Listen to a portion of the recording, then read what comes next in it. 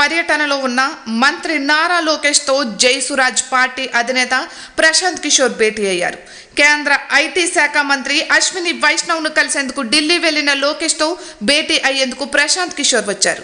ఎన్నికల వ్యూహకర్తగా మొదలైన సొంత పార్టీ పెట్టుకుని బీహార్ రాజకీయాలకే పరిమితమైన ప్రశాంత్ కిషోర్ లోకేష్తో భేటీ కావడం ప్రాధాన్యతను సంతరించుకుంది.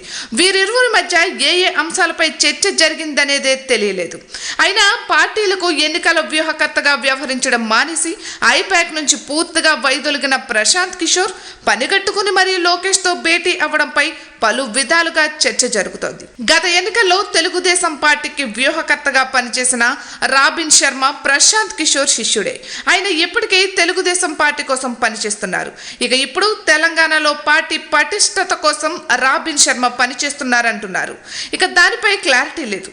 ఇప్పుడు లోకేష్తో ప్రశాంత్ కిషోర్ భేటీ అవ్వడం వెనుక కూడా తెలంగాణలో పార్టీని ముందుకు తీసుకువెళ్లే వ్యూహాలపైనే చర్చ జరిగి ఉండొచ్చని పరిశీలకులు అంటున్నారు. ఇక ప్రశాంత్ కిషోర్ లోకేష్తో భేటీ, వారి మధ్య ఏ అంశాలపై చర్చ జరిగిందన్న విషయం మాత్రం ఎలాంటి సమాచారం లేదు.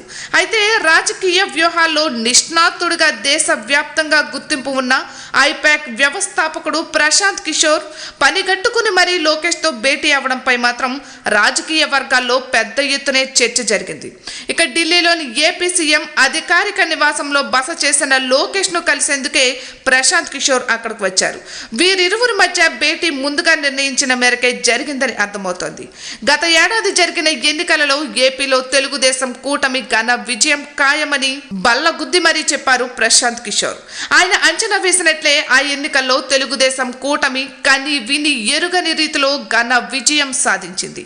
వైసీపీ కనీసం ప్రతిపక్ష హోదా కూడా దక్కకుండా కేవలం 11 అసెంబ్లీ స్థానాలకే పరిమితమై ఘోరాతి ఘోరమైన పరాజయాన్ని మూటగట్టుకుంది. వాస్తవానికి అప్పుడు ప్రశాంత్ కిషోర్ ఐపాక్ నుంచి బయటకు వచ్చేశారు. ఆయన శిష్యుడు రాబిన్ శర్మ తెలుగుదేశం కోసం పనిచేశారు. అయినా అప్పట్లో ప్రశాంత్ కిషోర్ తెలుగుదేశం కూటమి విజయం తథ్యమని చెప్పారు. అప్పటి నుంచి ప్రశాంత్ కిషోర్ కు లోకేష్, చంద్రబాబుతో మంచి సంబంధాలు ఉన్నాయని అంటున్నారు. ఈ క్రమంలోనే లోకేష్ ఢిల్లీ పర్యటనలో ఉండగా ప్రశాంత్ కిషోర్ ఆయనతో భేటీ అయ్యారని చెబుతున్నారు.